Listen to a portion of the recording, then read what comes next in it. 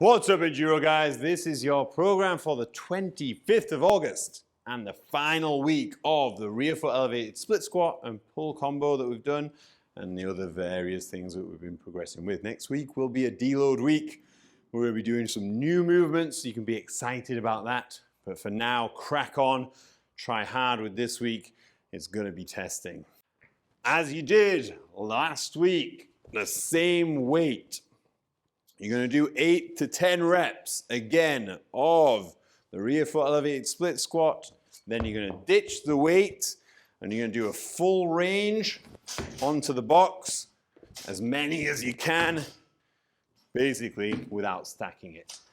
Now the box is optional. It's super high, obviously. It's going to be very testing, particularly after doing the weighted movement.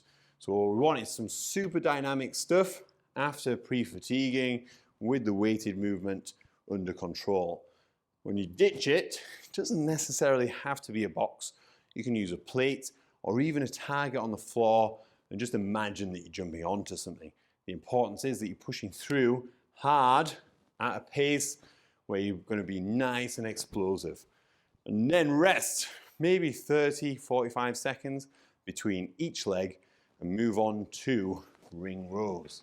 We're just going to blast out on these so we're going to do 4 rounds total, and you're going to blast a max effort set, meaning as many as you can, unbroken in one set.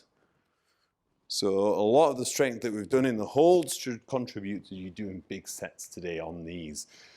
If you need to, you can put a band under your back to help reduce the load, or you can simply do it with your feet on the ground and do a max effort set.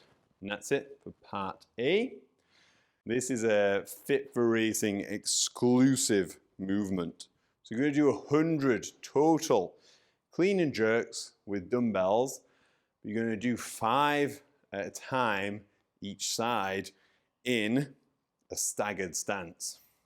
So what you're going to do is, as we've done before, like a single leg deadlift with support of the back foot or the death march, all of this hinge over that front hip is really good for balancing out hamstrings and glutes. So what I'd like you to do is add some power to that. So hinge and then pop it up onto your shoulder, drive overhead and then hinge. Bam. And this is going to be 5 reps on the left leg, and then swap to the right leg, going again. So we get nice, explosive, full body, but a focus on one hip drive over the other. This is a little focus side to side. It's going to be really good for those pedal positions, that nice supported position, developing glutes and hamstrings with a nice powerful hinge pull. So you do 100 of those as quickly as you can whilst maintaining a nice tight core. So reasonably light weights, get used to the movement. We will add more of these to the program in the coming weeks. And that's it for part B. Woo! Final part, day 1, is a double upended kettlebell walk for 5 minutes. So previously doing this, when you've just done one hand, you have an opportunity to swap. Test yourself today with the weight and your core stability and try and go as long as you can within 5 minutes with as little rest as possible. And that's it for day 1. Day 2 is going to be a super capacity burner to start with, then into another workout. The first workout is chest and thighs to the ground, burpee, bam, over rower, bam, 70 times. Give yourself a 12-minute cap on the burpee element. If you get those burpees done within 12 minutes, then get onto the rower, and whatever time you have left, row as far as you can. So it's a 20-minute window, 70 burpees over rower, and in the remaining time, as far as you can on the rowing machine. Then you're going to rest 5 to 10 minutes, and go into a little bit more of a burner. A 6 minute, as many rounds as you can. 6 toes to bar. 6 ring dips. And 6 burpees. And that's it. You just keep going for the whole 6 minutes. Get as many rounds as you can in that time. And that's it for day 2. Day 3 is going to be partial squats. I'm actually going to demo these today. We didn't last week, but I know there's some new people on the program. So, partial squats with a barbell. Probably about 50% of your 3-rep max. We're going to be doing 5 sets of 5, and you're going to take 5 seconds throughout the whole movement. So tight middle, you're going to go squat feet width, but with your toes facing forwards. Then from there, brace yourself, hips back, knees forwards. You're going into this partial position here to stand. You're going to take 5 seconds. So time under tension is important. Nice controlled movement, no pause at the top. You do 5 sets with 2 minutes rest in between each set. Then 3 sets of glute bridges. You've used a particular weight over the last couple of weeks. You should be familiar with the movement.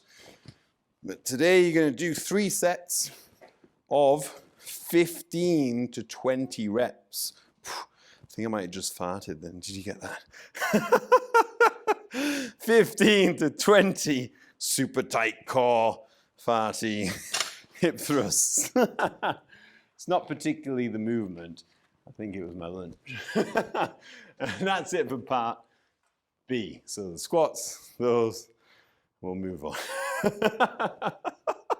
And the final part of day 3 is on the minute, every minute, for 20 minutes. So it's 10 rounds of minute 1, you're going to do a 200-meter run, or the equivalent of on an assault bike or a rowing machine or skier. It's going to be about 40-45 seconds. Then when you get back, rest the remaining time of that minute, and then do 3 burpees, just standing regular burpees, 5 box jumps to a 20-inch box, don't go crazy on the height, and 7 wall balls. So priority on the squat. Once you've done that, that might take you 30 seconds. Rest the remaining time.